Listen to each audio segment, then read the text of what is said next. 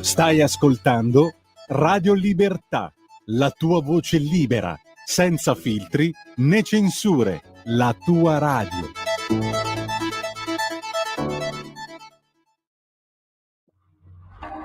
Va ora in onda Giallo Radio Club, racconti noir dal passato e dal presente, scritto e condotto da Laura Marinaro.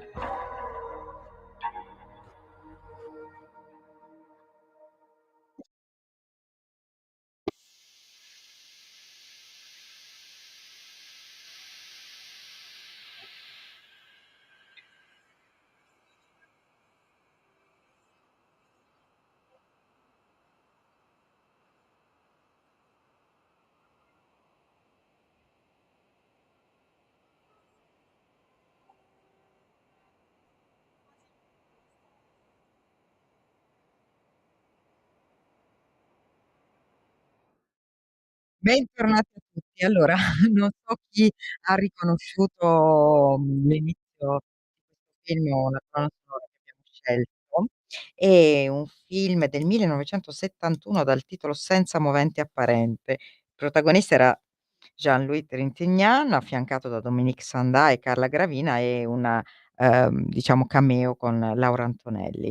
Un film tratto da un racconto e raccontava appunto, di un'indagine di un ispettore su questi strani omicidi che avevano travolto, sconvolto la città di Nizza e la Costa Azzurra. Cioè, quello che mi piaceva era più che altro il titolo, "Senza motivo apparente". Bentornati a Giallo Radio Club, grazie a Lorenzo Barbonari in regia.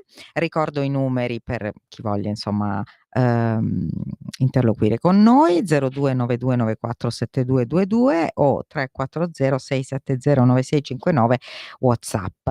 Allora, sono lieta di accogliere qui come ospite con noi Valentina Marcella, psicologa ed esperta di crime. Buonasera Valentina. Grazie a Radio Libertà e a Laura Marinaro per l'invito. Buonasera a tutti. E insieme a Valentina c'è il nostro caro amico Gabriele Moroni, che è sempre inviato da qualche parte, questa volta di nuovo a Mantova, che ci parla per telefono. Buonasera Gabriele, scusami se ti abbiamo magari disturbato durante un tuo viaggio, ma sai che è sempre un piacere, non mi materializzo, ma forse è meglio che non mi mostri. no, allora il piacere è tutto nostro. Buonasera. Anche Buonasera perché Gabriele poi, è uno di quelli insomma che, di fatti ne sa, anche perché, li tocca con mano, quindi è uno di quei cronisti insomma dei nostri tempi che ci vanno veramente sui posti a controllare come stanno le cose. Allora, questa puntata, come avrete capito insomma dal titolo, vuole andare un po' a cercare di entrare, ci proviamo Valentina, no, nella mente di certi assassini e soprattutto, nei meccanismo di certi delitti che sembrano senza movente o perlomeno sono senza movente apparente. Siccome ultimamente, non è che vanno di moda, però, se ne parla perché ci sono più casi che in altri periodi, magari si sono concentrati in un periodo, non che non ci siano mai stati questi casi, ma si sono concentrati. Allora vogliamo parlare proprio, di questi ultimi. Quindi la prima domanda che io faccio a Valentina è, ehm, vorrei che ci facessi capire se esiste davvero l'omicidio senza movente. È una bella domanda, Laura. L'omicidio senza movente, rispondo in maniera secca, non esiste. Forse, come dire, forse il movente in alcuni casi, spesso, quantomeno inizialmente, non è poi così palese, ma comunque è ciò che muove la mano assassina. Quindi c'è sempre. E quindi adesso andremo a vedere caso per caso, magari facciamo un po' di esempi e Valentina ci spiega più che altro i meccanismi psicologici, cose che ovviamente noi cronisti, giusto Gabriele, non è che ci arriviamo insomma a farlo. Ecco, però Gabriele, dopo tanti anni di cronaca, cos'è che ti sconvolge di più quando ti capita uno di questi casi, e stiamo vedendo insomma le foto scorrere, parliamo insomma dell'omicidio di Sharon Verzeni, per opera di Moussa Sangare, poi Traversetolo, la ragazzina Chiara che ha ucciso e seppellito i 2 neonati, e poi il ragazzino di Paderno che ha sterminato la famiglia, e poi l'altro giorno quel 17enne che ha, ucciso brutalmente una donna che aveva agganciato sui social. Insomma, questi sono solo alcuni, ma proprio gli ultimi casi. Ecco, cos'è che ti sconvolge di più in questo tipo di casi, se ti sconvolge? Beh, guarda, escluderei dalla risposta che sto per darti, Laura, il caso di Sharon Vergini a Terno d'Isola.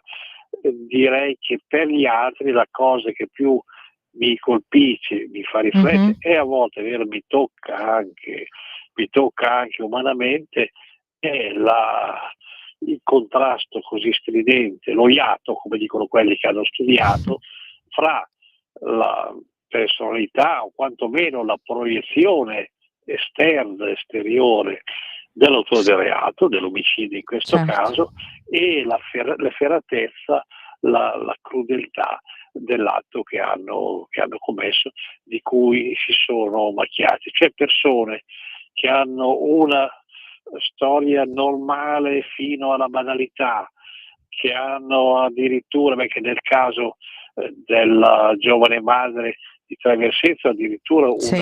una sfera di contatto Sì, con il mondo dell'infanzia, l'attività in oratorio, soprattutto l'attività di babysitter, questa è una cosa che mi ha colpito, perché Mamma questa mia, ragazza veramente. era molto richiesta dalla famiglia Traversetto proprio per Per la la sua bravura, la empatia bravura, la dicono, per la sua pazienza. empatia. Ecco, Laura, non devo dire a te come sia impegnativo il mestiere di gestione di un bambino. Sì, Che infatti. tu sia mamma o sia babysitter, un bambino è Sì. sempre una grande responsabilità, e non si nasce mamme, credo, neanche babysitter, se mi No. posso permettere di aggiungere. Ecco, quindi questo contrasto, questa Sì. frizione, questa contrapposizione fra le due sfere, ecco, questa è la cosa che realmente mi fa pensare, e devo dirti sì, è vero, la dimensione tua mi sconvolge. È vero, è vero. E infatti Valentina, vediamo un po' proprio di andare giustamente diceva Gabriele, quello di Moussa Sangaré invece è una personalità ovviamente completamente diversa, e lì invece c'è una situazione di anzi, allarme, che forse, avrebbe dovuto essere ascoltato insomma da qualcuno. Di certo però il delitto è avvenuto apparentemente senza movente, o perlomeno lui l'ha scelta a caso, no, quindi, come per esempio, abbiamo visto delle immagini di Kabobo, no, quel ragazzo che aveva, ucciso, 3 persone, o comunque ferito un 7, 8 persone in giro per Milano, in un quartiere, il quartiere Niguarda, una mattina di tanti anni fa. Ecco, in questo caso, cioè in questi casi in cui sembra apparentemente assurdo, tu cosa ci puoi dire? Cioè, che cosa può essere scattato, nella mente di queste persone? O poi vabbè, se ci fai anche le differenze tra questo, Traversetolo, insomma questi ultimi casi che ho citato. Nel caso di Sharon Verzeni, dove effettivamente, se andiamo a vedere come si è svolto il fatto, se andiamo a vedere le dichiarazioni anche di Moussa Sangari, no, quando dice che effettivamente era sua intenzione, farla fuori, ma soprattutto quando dice che a un certo punto le mette la mano sulla spalla e le chiede persino scusa di quello che Sì. sta per fare, no? Questo chiaramente ci lascia spiazzati, e la prima domanda che uno si fa è: ma possibile mai, cammino per strada, mi si avvicina uno, mi mette una mano sulla spalla, si scusa perché sta per uccidermi, no? È ovvio che questo getta, come dire, terrore, no, paura, perché poi questa è la reazione, di ognuno di noi effettivamente ad un primo impatto. Ora, apparentemente effettivamente la movente non ci sarebbe, no? Mh-mh. Non possiamo dire che ci fosse una conoscenza tra No, i due, non no. possiamo dire, che avessero litigato poco prima. Questa è una persona che si avvicina, mette la mano sulla spalla, si scusa e uccide. Cosa accade? Accade probabilmente che la persona quello che dico sempre è che ci sono come dire, delle fragilità, no, fragilità proprie della persona, che la portano poi a commettere degli atti come un omicidio, come in questo caso, che per noi apparentemente sono inspiegabili, ma che nella persona, nella sua mente, questi omicidi una spiegazione ce l'hanno. Ora, per poter entrare più nel dettaglio, ovviamente bisognerebbe conoscere meglio questa persona, cosa che assolutamente non sono in grado di fare allo stato attuale, non l'ho nemmeno mai vista, non ci ho nemmeno mai parlato, insomma, della sua storia e della sua vita non è che si sappia poi granché. Però ecco, è una fragilità interiore che porta a non saper gestire un'aggressività, quindi ho un problema, una difficoltà, medio con il pensiero, ho un problema, una difficoltà, non medio, mi colpisco, uccido, no? La agisco questa aggressività all'esterno. Ecco, questo è quello che possiamo dire di primo acchito. Il funzionamento ovviamente è un funzionamento particolare per ognuno di noi, quindi ogni assassino ha il suo funzionamento, è soggettivo, le motivazioni sono soggettive. Questo è per il caso di Sharon Verzeni, ma poi se andiamo a vedere sulla soggettività delle motivazioni, ovviamente questo vale pure per gli altri casi di cronaca che abbiamo visto, no? Dicevamo la strage di Paderno Dugnano, no? Di Riccardo, che a 17 anni uccide il padre, la madre e il fratello di 12 anni, no? E quando dirà insomma di primo acchitto che lo ha voluto fare, lo ha fatto semplicemente perché pensava che uccidendoli avrebbe tolto di mezzo il problema, aggiungo io, e che avrebbe potuto vivere in un mondo libero, dice lui. Quindi qui dov'è l'ostacolo? La famiglia è un ostacolo alla sua libertà. Ora, cioè lui la percepisce così, ecco. È la sua percezione, la sua motivazione. Motivazione che deriva ovviamente da una sua visione del mondo. Ma questo ragazzo ovviamente è inserito in un contesto sociale, in un contesto culturale che ci avranno anche messo del loro. Ecco, non possiamo sempre puntare il dito sulla responsabilità esclusivamente del soggetto. Il soggetto è inserito in un contesto. Ok. E quindi quale può essere? Perché qui sembra una famiglia apparentemente anche attenta alla gestione dei figli, insomma, senza particolari problemi esteriori, che esternamente si percepissero. Esatto, esternamente è un conto, la facciata che noi abbiamo quando ci poniamo agli altri, quando siamo in un contesto sociale, chiamiamolo così, è sicuramente molto diversa da quelle che sono le dinamiche più personali, più intime, quelle che si vengono a svolgere all'interno di una famiglia. Ovviamente io non sto puntando il dito sulla famiglia e anzi, lungi da me il farlo in generale, ma non è solo la famiglia, è il contesto generale. Magari questo ragazzo avrà avuto delle fragilità, ci saranno stati sicuramente dei segnali in qualche modo, segnali che per tantissimi motivi non sono stati presi in considerazione. No? Ma ripeto, non è un segnale, non è un singolo segnale, non è responsabilità di una singola persona, di 2, di 3 o di 10, è il contesto generale, il contesto nel quale si vive, che associato ad una personalità fragile, una personalità che può avere delle difficoltà e che non viene accolta, può generare successivamente fatti di questo tipo. Ecco Gabriele, rispetto a questo fatto, tu hai potuto insomma approfondire, parlare con qualcuno, non so, coi nonni? Io non ci sono riuscita perché sono abbastanza blindati, però. Parliamo di Viadana. No, Paderno. Paderno, ecco, devo dirti che non l'ho seguito anche per un motivo logistico, che ero terno di Isola Persano. Giusto. Il dono dell'ubiquità ancora non te l'hanno dato.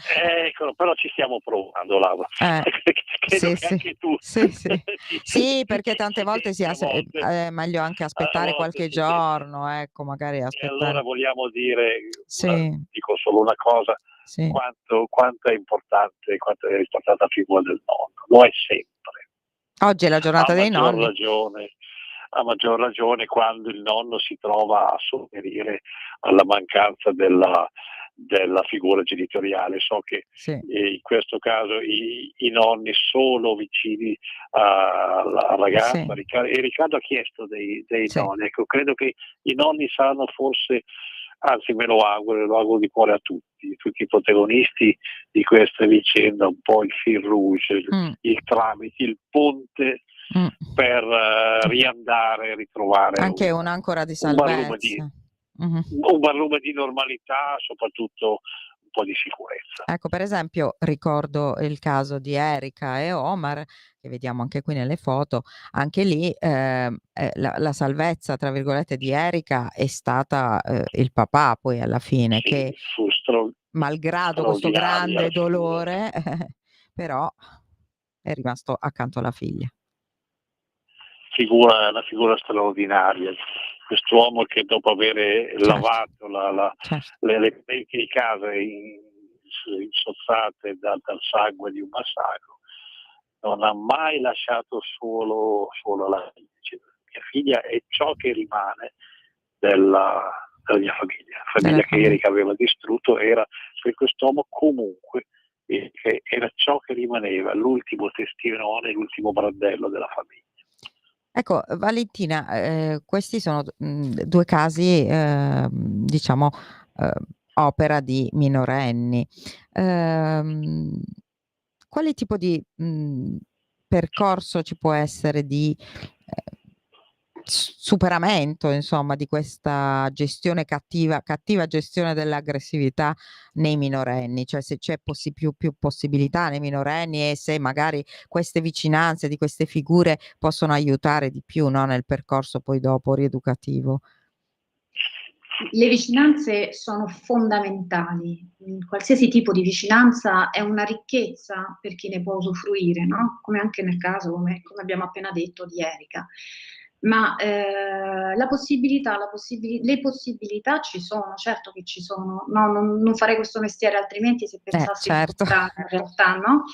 E ce ne sono anche diverse, negli adolescenti, nei giovani adulti, ma non sono, sicuramente sono più, come dire, più permeabili a quello che può essere diciamo, l'essere messi a confronto con ciò che è accaduto. Quindi se adeguatamente supportati, il riportare lentamente a consapevolezza i vissuti, no, legati a quell'azione così cruenta, così tremenda, no? Che poi è chiaro che l'impatto esterno di un atto di È questo tipo inaccettabile, ovviamente non aiuta.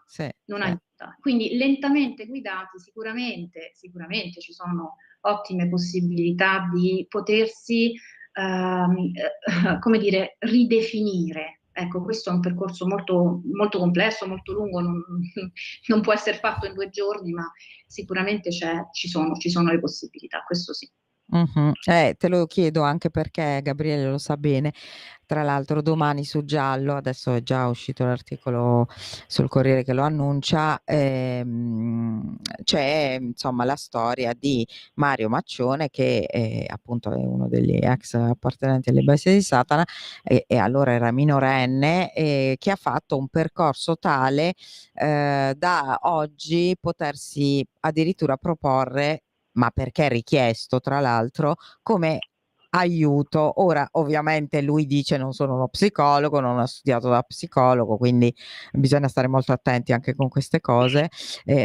Valentina mi conferma che forse è meglio insomma rivolgersi a persone qualificate, però vabbè, insomma, lui si propone così, addirittura ha fatto un percorso tale di superamento di tutto quello che ha vissuto, di redenzione direi addirittura, no, psicologica, che si propone come aiuto per gli altri. Però insomma vabbè, domani su Giallo leggerete meglio, vero Gabriele? Anche tu sapevi questa cosa che insomma mi ha fatto un po' saltare sulla sedia sinceramente, però io leggo Giallo tutte le settimane. Grazie. No, io dicevo di Mario, perché anche tu hai contatti come me con Mario, sì. È un personaggio che conosco bene, e conosco il percorso che tu hai sintetizzato così bene. No? Sì, no, ma in effetti diciamo in quel caso c'è stato davvero un buon percorso, però vabbè, poi vediamo.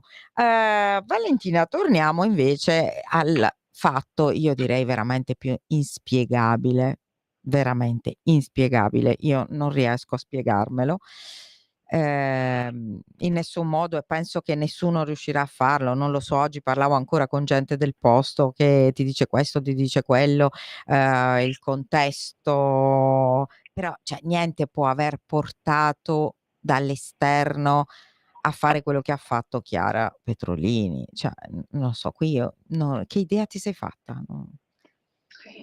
Ma guarda, Laura, è un caso molto particolare, un caso che sicuramente ha suscitato delle, come dire,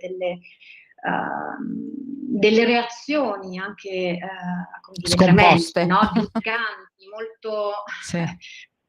Ora, per carità, il mio ruolo, la mia professione esulano proprio dal giudizio, nel senso Infatti. che il mio compito non è quello di giudicare, figuriamoci, anzi tutt'altro, è quello di portare a consapevolezza, è quello di spiegarsi, spiegare e tentare di spiegarsi ciò che accade in determinati momenti, no? Sicuramente quello che accade, ma soprattutto poi nei casi di neonaticidio, ci sono delle dinamiche psicologiche molto, come dire, molto particolari.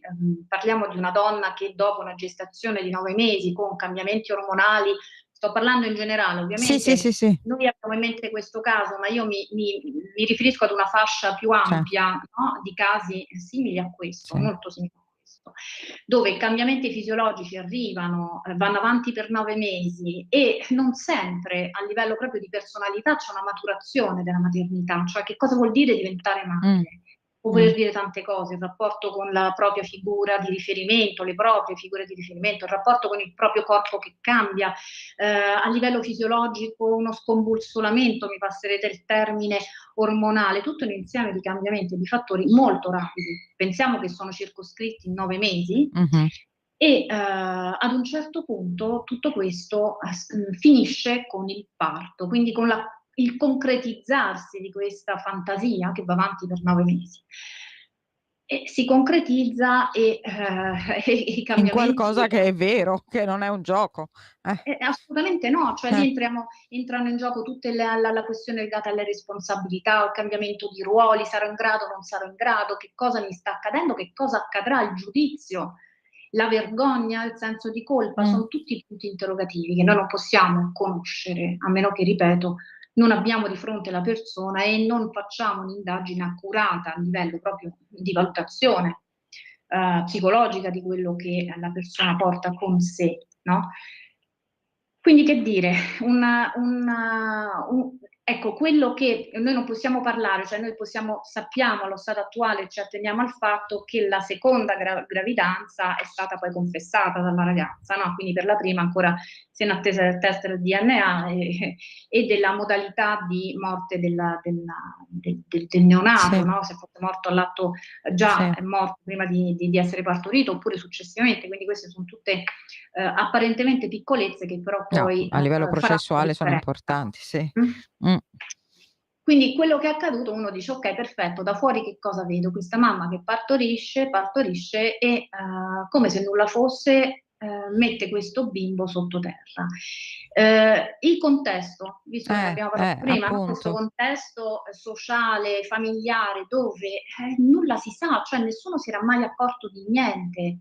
Ma non è solo il caso di questa ragazza, non è solo il caso di Chiara, queste sono cose che sono state anche, come dire, si sono anche verificate in altri casi, dove apparentemente nulla di tutto questo traspare. Già per primo non traspare a chi porta la gravidanza, quindi il fatto che non traspaia nemmeno esternamente non ci dovrebbe meravigliare più di tanto. Vi fermo per un minuto di pubblicità e poi torniamo su questo del non trasparire. Coming Soon Radio, quotidiano di informazione cinematografica. Dopo il grande successo del pluripremiato film Joker, l'acclamato regista Todd Phillips torna a dirigere il premio Oscar Joaquin Phoenix nei duplici panni di Arthur Fleck e Joker, con il premio Oscar Lady Gaga nel ruolo di Harley Quinn. Tutto il mondo guarderà Joker, Folie à Deux, dal 2 ottobre al cinema. Bella collezione! Vuoi raccontare come nasce Pop Music? No, questo è troppo rischioso per tutti! Ho detto solo che ho bisogno di ispirazione! Pop Music! Bastardo! italiano. Non ho capito cosa ha detto. Jack La Furia, Rudy Zerbi, Luca Ward, Marco Mazzoli e tanti altri ti aspettano dal 26 settembre solo al cinema. Figo! Pop Music, Animation for Fashion. Selezione ufficiale al Festival del Cinema di Venezia. Se io ti chiedessi qual è il tuo personaggio preferito di Pinocchio, tu che mi diresti? Lucignolo. Quanto era più facile quando ero una bambina. Adesso che sono una donna, un bel casino, papà? Il tempo che ci vuole. Io non ti lascio più adesso. Un film di Francesca Comencini, dal 26 settembre al cinema. Dal regista delle colline hanno gli occhi Alexandra Aja e dai produttori esecutivi di Stranger Things. Quest'anno stare in silenzio non ti salverà. Il premio Oscar Halle Berry in Never Let Go, a un passo dal male, dal 26 settembre solo al cinema. Eccoci tornati. Allora, stavamo parlando con Valentina Marsella, psicologa e esperta di crime, e Gabriele Moroni, il nostro amico inviato che adesso è fuori, è in giro. Ma per qualche caso, Gabriele? O per Sì, fatti tuoi? No, non sono in giro per diporto, ma sono in giro, come dici tu, per l'omicidio di Via D'Amelio. Ah, ok, infatti parleremo anche di questo. Adesso stiamo completando un po' il discorso su Traversetolo, perché veramente è un po' quello più... E Valentina ci stava dicendo appunto il contesto. Ecco, Valentina, a proposito di questo contesto, ecco, io ho potuto parlare insomma con delle persone insomma che hanno avuto a che fare con Chiara in oratorio per tanti anni, e anche con la famiglia, che le conoscono bene, e tutto. Non può essere, a me è venuto in mente questo, insomma, che un po', non si è voluto vedere, forse non si è magari si avevano dei sospetti, però, si è voluto un po' lasciar correre? Non so. Il voler vedere, Laura, implica anche che bisogna poi prendere una posizione. Quindi, come dire, ci sono poi delle conseguenze, delle responsabilità, no, di cui ci si deve far carico se vediamo. Se non vediamo, no. Allora, in questo caso, come in altri, il non vedere è come dire, è un percorso più semplice, meno faticoso a livello psicologico. Forse può essere anche del ragazzo. Lui dice: vabbè, lei mi diceva che prendeva la pillola, ma poi alle amiche diceva che non la prendeva, poi io la lasciavo, la prendevo." Insomma, lei insomma hanno avuto una situazione un po' ballerina. Qualcuno dice che lui insomma l'ha introdotta ad ambienti un po' così. Questo è il contesto molto fumoso, che ovviamente non si vuole ovviamente lasciar trasparire del tutto. Si può capire perché, probabilmente insomma poi sarà una perizia psichiatrica, immagino, in questo caso doverosa, credo, a stabilirlo, no? Gabriele, cosa ne pensi? Cosa ti è rimasto di questa storia? Veramente ne hai viste tante, però questa è veramente una delle peggiori. Anch'io sinceramente, dopo la Pifferi, non credevo di arrivare a peggio della Pifferi.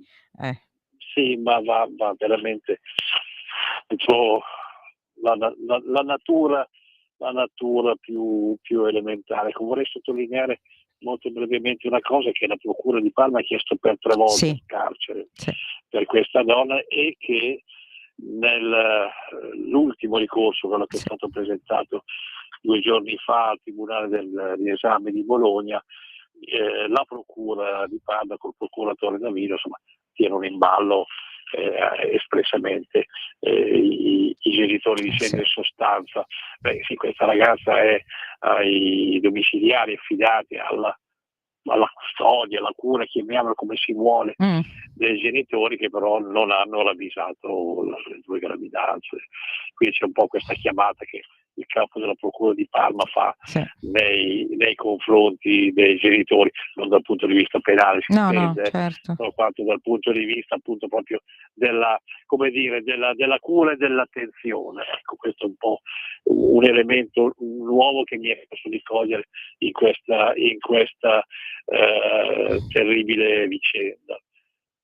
Sì, è agghiacciante. Senti Valentina, invece c'è un altro caso, appunto quello di Viadana, appunto di cui si sta occupando anche Gabriele, che diciamo va va più nella direzione, io lo vedo un po' questo ragazzo un po' più simile a Benno, forse no, anche con dei tratti, Benno Neumann, no, con dei tratti un po' narcisistico-patologici, maligni della personalità. Ecco, quello che ti voglio chiedere su questo ragazzo in particolare, sul suo comportamento, sul suo agito, secondo te è possibile che avesse già magari avuto dei comportamenti violenti con altre donne o che avrebbe potuto addirittura replicare? Cioè io lo vedo come un seriale potenziale questo, non lo so. Allora, non è da escludere, direi, no? Nel senso, non è una cosa da escludere. Anche qua, questi aspetti così aggressivi, così violenti, non nascono dall'oggi al domani. Ecco, No? infatti. Quindi questo ci permette quantomeno di dire non possiamo escludere nulla, no? E anche qua parliamo di un ragazzo in fase adolescenziale, quindi a 17 anni, che si mette a fare delle ricerche online per capire come uccidere a mani nude una persona. Questo ci fa pensare, no? Perché voglio dire, è singolare. La ricerca di questa persona avviene come? Senza contatto, anche qua, e anche per riportarmi un pochino al caso di Chiara. Sì. Come dire, il nesso, no? Il filo che può legare tanti di questi casi è la mancanza di contatto, cioè la mancanza di un contatto umano, un guardare l'altro con occhi diversi rispetto diciamo all'attenzione sempre incentrata su se stessi e sull'immagine che si dà di se stessi all'esterno, perché poi questo è. Quindi la ricerca avviene online, questa donna di 42 anni accetta di incontrare il ragazzo e viene uccisa presa da dietro con il braccio e pugno e un pugno. Beh, è singolare anche qua, perché qui il contatto invece ci sta. Sì. È molto particolare. Io ricerco la vicinanza con una persona attraverso i social, attraverso uno schermo, poi però quando mi trovo a contatto con quella persona, l'unica cosa di cui sono capace è toglierle la vita. Quindi quanto poi, e questo ce lo possiamo chiedere in questo caso, così come nei casi molto simili a questo, dove la persona viene vista per la prima volta e viene uccisa, no? Quanto poi si considera, si tiene in considerazione intanto la vita umana. No, perché questo potrebbe anche essere un assetto della personalità del soggetto. E quanto l'altro sia considerato soggetto e invece viene considerato un oggetto, no? Viene depersonalizzato, gli viene tolta l'umanità, l'essere una persona. È un oggetto che mi consente, perché poi anche qua, quando è stato chiesto per quale motivo l'hai fatto, volevo vedere che cosa si provava a fare una cosa del genere.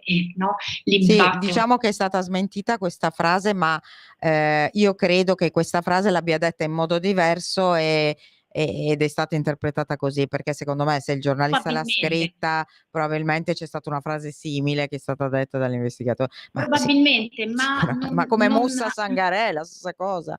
Lui esce e dice voglio sentire quel mood. Non imputiamola necessariamente al caso specifico, perché in tanti altri casi in cui la dinamica apparentemente sembra essere la stessa, il movente è diverso.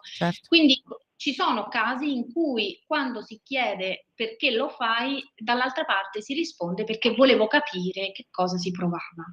No? Certo. Quindi ora è ovvio, siamo all'inizio, le informazioni che trapelano vengono poi, come dire, ritrattate, vengono poi chiaramente anche, cioè, noi non siamo a contatto diretto con la persona, ecco, questo magari ci permetterebbe di avere una visione un po' più, come dire, ritagliata sulla persona stessa e meno generica. Ci atteniamo a quello che è l'impatto della notizia sulla persona che la sente, quindi sulla comunità. Infatti. Gabriele, qual è stato l'impatto lì a Viadana? Noi abbiamo visto, insomma, hanno intervistato delle persone che lo vedevano passare, cioè amici no, nel senso non so se abbia amici questo ragazzo, io vedo molta solitudine intorno a questo ragazzo, anche i genitori magari presi dal lavoro, non nemmeno s'accorgevano di lui. Poi bisogna vedere a tavola, mangiavano insieme, parlavano di qualcosa. Non so, tu, cosa hai potuto che idea ti sei fatto? Sì, io mi chiedo se questa attitudine del ragazzo descritta, direi, da una voce unanime, cioè tranquilla, ecco, Sì, tranquillo, queste certo. mood di questi, è un ragazzo poi mi dovranno spiegare anche Cosa vuol dire? significa tranquillo e quanti insidie ci sono dietro a questa definizione. Un ragazzo tranquillo, schivo, ecco, mi diceva qualcuno del personale della scuola che anche nei momenti dell'intervallo, quando i ragazzi ovvio che si sfrenano un po', cioè qui sono 10 minuti, Certo. un quarto d'ora fuori dai banchi, ecco, lui stava in un angolo apartato. Allora mi chiedo se questo fosse una manifestazione di una natura schiva e riservata, in quanto invece non fosse l'espressione di una solitudine che poi veniva colmata privatamente Certo. con queste ricerche, con questo sport. Sì. Vediamo la pratica dell'MMA, che è una specie di sintesi di varie discipline da combattimento. I genitori, ogni volta siamo qui a chiedersi i genitori. Io ricordo tanti anni fa, siamo al tempo delle bestie di Satana, Sì. e ricordo di aver partecipato a un dibattito e c'era anche un genitore, un padre di uno di questi ragazzi, e uno dei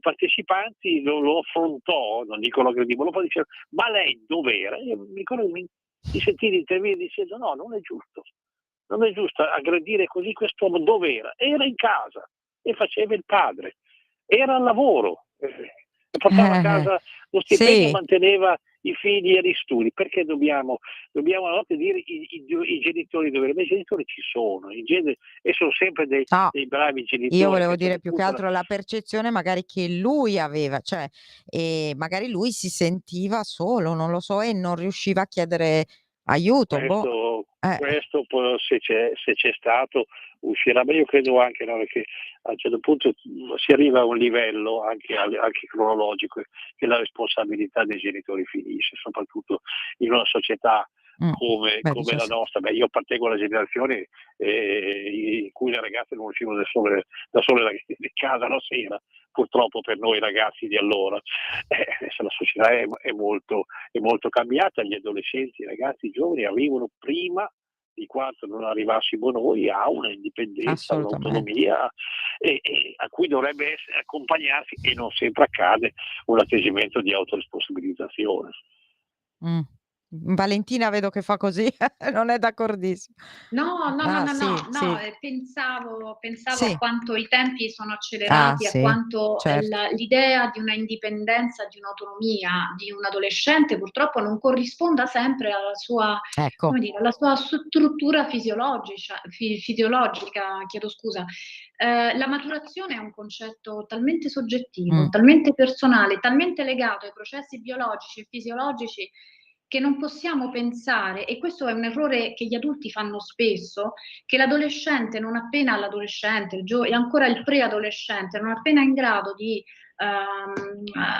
sbrigarsela da solo sotto tanti aspetti, lo si possa ritenere già maturo e sufficientemente responsabile. In realtà ognuno di noi ha i propri tempi per maturare, forse questa grande corsa, no, Vero, molto nella interessante quotidianità che questo. ormai ci caratterizza, ci porta necessariamente a preferire pensare così, piuttosto che dare al ragazzo, alla ragazza, i suoi tempi di maturazione. Quindi ecco, c'è questo gap, no, tra l'età cronologica e quella effettivamente, insomma, maturativa a livello psicologico. Sì, è anche vero che ovviamente tu, se un ragazzo di 17 anni, bene o male, 17 anni non è proprio piccolissimo, se ti dice, che ne so: "Vado ad allenarmi", vabbè, cioè, perché non ci devi credere, va ad allenarsi, tanto più che aveva avuto proprio anche questo cambiamento fisico, no, lui cioè mingherlino, quando era mingherlino, più ragazzino, come dicono, ha muscoli, no, pompati, un po' come Benno, ripeto, però Benno, vabbè, ha dei tratti di personalità un po' diversi, più pericolosi. Ecco, magari, cioè, ovvio che i genitori, pure io tante volte quando mia figlia si chiude in camera a vedere le serie o a fare i compiti, non è che posso andare ogni minuto a vedere, a guardare cosa fa, a parte che adesso ormai ha 20 anni, quindi non sarebbe il caso. Però eh, hai ragione sul fatto della maturazione, perché io la vedo molto meno matura di quanto fossi matura io a 20 anni, anche perché io vivevo da sola, quindi su certe cose lei è molto meno matura ovviamente di me, anche perché sta ancora con me, si fa servire e riverire. Vabbè, questa è un'altra storia. Cioè, è un'altra Una storia, ragazza ma è la fortunata, stessa storia, in un certo una senso. mamma meravigliosa. Però, cioè, dovrebbe darsi da fare un po' di più lei, nel senso che, capito, anche la maturazione passa anche da questi "passaggi" tra virgolette, no, cioè ovviamente dipende anche dal contesto. Magari questo ragazzo era, figlio unico, stava in casa, i genitori lavoravano e lui, tra scuola e questo sport, poi più di tanto magari non si domandavano se avesse amicizie, sembra appunto che non avesse interessi per le ragazze, della sua età, non so, questo dici Gabriele, cosa si dice in giro? Ma era il più piccolo di casa, con Mh. due sorelle maggiori e una Sì, sposata. appunto. E in giro proprio si dice quello che ricordavamo prima, cioè questo continuo sottolineare la sua tranquillità, Mh. il suo essere schivo, la sua riserva. Ecco, paradossalmente mi sarebbe piaciuto tra virgolette, sentivo mi dicesse no, era un ribelle, Sì, certo, era un violento. Ecco, allora magari un piccolo sentiero nella giungla sì. di questo caso così inestricabile forse lo si poteva cercare di percorrere. Certamente, ecco, è un ragazzo cui forse, qui do ragione alla dottoressa, e in fondo abbiamo detto le stesse cose con parole diverse, a cui il processo di autonomia forse non era stato accompagnato da un processo parallelo di maturazione. Sì. Questo ragazzo compensava con queste ricerche, con questi sport estremi, forse qualcosa che gli mancava, anzi sicuramente qualcosa che gli mancava. Purtroppo così facendo è diventato una sorta di contenitore di violenza che poi è esploso quella sera maledetta del Con una 19 poveretta settembre che in un garage di un condominio. che non c'entrava niente. Ecco, in tutti questi casi Valentina, perché poi ovviamente la gente sempre si divide: "Ah, adesso tutti chiedono la perizia, psichiatra". In questi casi io personalmente dico, secondo me è doveroso farla, e non tanto per, determinare la capacità di intendere, volere o di stare in giudizio, quindi che a livello processuale può cambiare le cose, ma proprio esplorativa, no, per cercare di capire. Ecco, tu credi Valentina che sarebbe utile magari introdurre in Italia anche la figura, che non c'è a livello processuale, del profiler? Perché in Italia a livello processuale non, questo lo diceva l'altro giorno il giudice De Gioia tra l'altro, magari in questi casi, bisognerebbe cercare di andare a scandagliare di più il profilo psicologico dell'imputato, dell'indagato, non solo per determinare, ripeto, la capacità di intendere e volere o di stare in giudizio, e quindi per avere poi in un certo senso un cambiamento di rotta processuale, ma proprio per cercare di capire, che cosa ha portato a quello che ha fatto, e poi magari calibrare la pena anche su quello. Cosa ne pensi? Boh, è una mia idea, ma vabbè, me l'ha suggerita anche il dottor De Gioia, quindi Allora, posso solo che essere d'accordo con te. Per quanto riguarda i minori, diciamo così, il sistema giudiziario è sicuramente molto più attento, no? Perché non si va a valutare la capacità di intendere e di volere, ma la maturazione del minorenne. Quindi il grado di maturazione, con delle modalità sicuramente che sono diverse rispetto a quelle della perizia, no? Come avviene per l'adulto. Quindi ci sono in realtà per i minorenni delle accortezze in più. Il profiler potrebbe essere molto utile, ma anche soltanto in fase di indagine. cioè per orientare le indagini in un senso piuttosto che in un altro, perché comunque offre... come si fa in America, insomma, vabbè, ci insegna, ecco, l'America ci insegna su Esatto, questo. esatto. Offre degli aspetti interessanti che potrebbero effettivamente essere un valore aggiunto, no? Quando si dice le forze dell'ordine brancolano nel buio, ora non sarà Non è vero, soltanto la figura del profiler a risolvere il problema, per carità non voglio però dire questo, però è chiaro uno strumento che potrebbe essere sicuramente d'aiuto. per Questo esempio, faccio un esempio, no? Nel caso, ecco, io mi sto occupando, vabbè, stiamo finendo proprio la lettura delle bozze del libro che esce il 24 ottobre con Roberta Bruzzone, Narcisismo mortale, la storia di Giulia Tramontano. Ecco, in questo caso in cui a colpire è un narcisista patologico maligno, ecco, spesso il narcisista è una persona all'apparenza normalissima, che non dà, cioè no, anzi all'inizio anche, no, ha tutti quei segnali del love bombing, eccetera. Magari con l'avvento di questa figura, anche in fase di indagine, si può arrivare anche a codificare in un certo senso certi comportamenti, per la prevenzione, perché non accada più, no? Per la prevenzione, perché non accada più, sono d'accordissimo effettivamente, sono d'accordissimo anche per quanto riguarda l'intervento del profiler in fase di indagini, per poter dare un quadro, no? Anche soltanto sull'osservazione e nell'osservazione, perché poi questo è quello che fa effettivamente della scena del crimine, di quelli che sono i dati oggettivi, no? Che emergono, che si hanno quantomeno di primo acchito. Quando accade l'evento non si sa come sia accaduto e quella che è la criminodinamica, e quindi magari la figura del profiler, ripeto, potrebbe essere sicuramente un supporto molto, molto utile, no? Un valore aggiunto, questo sì, assolutamente. Quindi qualora ci fossero ovviamente nelle forze dell'ordine già dei laureati in psicologia, perché ci sono anche dei carabinieri, dei poliziotti laureati in psicologia che magari poi dopo hanno delle nozioni ovviamente di criminalistica, criminodinamica, eccetera, secondo me, insomma, vabbè, questa è un'idea che si potrebbe dare nel caso si cambiasse qualcosa nel codice. Comunque ci stanno pensando, penso. Gabriele, cosa ne pensi?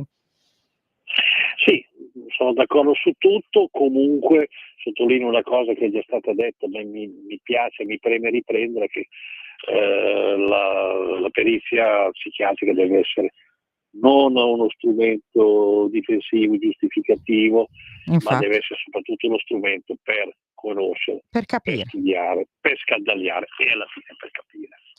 Per esempio, parliamo proprio per chiudere di un caso che abbiamo trattato qui diffusamente e che abbiamo seguito come processo anche con Gabriele, è l'omicidio di Laura Zigliani, no? Ecco, mi sono incuriosita, insomma, da cosa ne pensa Valentina. Non so se conosci questo caso, queste due, le figlie di Laura, Silvia e Paola, che hanno ucciso la mamma insieme, insomma, al compagno di una delle altre e amante dell'altra, insomma compagno di tutte e due. Ecco, lì vabbè, sono state fatte delle perizie, ovviamente comunque sono andate all'ergastolo, la perizia non è servita come scappatoia, però sicuramente insomma le due ragazze e lui stanno facendo dei percorsi sicuramente psichiatrici, psicologici, che potranno dirci qualcosa di più tra un po' di tempo. Che idea ti eri rifatta di quella storia? Cioè, lì è stato davvero il trio a dare manforte l'uno all'altro, o c'è stato uno il dominus delle altre? Allora, in casi parlo non solo nello specifico di quel caso, ma nei casi proprio dove avviene un omicidio e le persone che lo hanno commesso, che comunque vengono attenzionate, sono più di una. Quando si commette un reato di questo tipo, probabilmente in questi casi le persone, se fossero state prese singolarmente, non avrebbero mai commesso un atto di questo tipo. Il fatto di ritrovarsi con un obiettivo comune, con delle motivazioni comuni, funge da attivatore, funge da collante, no? Quando bisogna poi commettere un atto di questo tipo. E tanti sono gli esempi di omicidi commessi da più di una persona, e se queste persone in realtà vengono prese singolarmente come dire, studiate tra virgolette singolarmente, non presentano le caratteristiche necessarie e sufficienti per poter mettere, e parlo di caratteristiche psicologiche, non entro nel dettaglio, se no finiamo domani, non riuscirebbero a mettere in atto, quindi a finalizzare più che altro un atto di questo tipo, un atto così aggressivo. Quindi diciamo così, che la linea su cui andò la procura dall'inizio e poi anche i giudici del trio cosiddetto diabolico era quella poi di fatto più realistica, no? A che punto siamo lì, Gabriele? Cioè, secondo te ci saranno delle novità, oppure loro poi si erano un po' divisi, no? Avevano scaricato l'uno sull'altro, si erano un po' diciamo distanziati più che altro da lui, le due ragazze, no? Come credi che andrà a finire lì? Cioè le due ragazze magari torneranno ad unirsi tra loro come sorelle in carcere? Vedremo il processo d'appello che sarà il 18 d'ottobre. Sicuramente fino agli arresti si è trattato di un gruppo, di un trio coeso, unito, avevano l'elemento dominante nelle fasi preordinate di funzione contabile, avevano un ruolo più proprio da uomo, ecco, da guida. Lui, quello più lucido, quello che prende in mano la parte amministrativa, diciamo così, della gestione, di ciò che la povera Viviani ha lasciato. E poi invece è stato, si è rivelato anche quello più fragile, il primo a cadere, il primo a cadere anche quella rete del compagno di cella che gli fa poi confessare tutto per gradi, ma alla fine confessa tutto. E poi c'è stata la rottura fra Mirko e le due sorelle, soprattutto con Silvio. Credo che questa rottura vada avanti, però è giusto dire, l'ho già sentito dire, che nessuno dei tre singolarmente aveva capacità, autonomia, per poter fare quello, inventiva, per poter fare. Sono andati bene finché sono stati un gruppo, in tre, con tutte le loro ingenuità, le loro gli errori, per fortuna, gli errori marchiani che hanno fatto, che li hanno condannati, però erano veramente un gruppo coeso, quantomeno nell'intento. Sì. Mamma mia, staremo qui a parlare ore di questo, è stato molto bello, ma penso che potremo ripetere. Valentina, che dici? Tornerai a trovarci. Ricordiamo che Valentina anche da poco è una nostra firma anche su Giallo come psicologa, e risponde anche dei vostri quesiti, quindi se volete possono scriverti, Valentina, o chiederti qualcosa. Ecco, quindi Laura, potete insomma sfruttare, tra virgolette, le sue competenze di psicologa. Grazie mille e buon lavoro. Grazie Gabriele, buona caccia. Grazie a te, Laura. Ti leggeremo come sempre sul Giorno, e mi raccomando, perché Gabriele è sempre stata una firma sicura del Giorno. Vabbè, noi ci vediamo poi, Gabriele, nei prossimi processi. Ci vediamo sul campo. Sul campo, io domani sarò a Catasco, poi magari ne parliamo di quel giallo lì che è molto molto curioso, particolare, provincia di Como. Ciao a tutti e ci sentiamo e ci vediamo mercoledì prossimo. Grazie. Avete ascoltato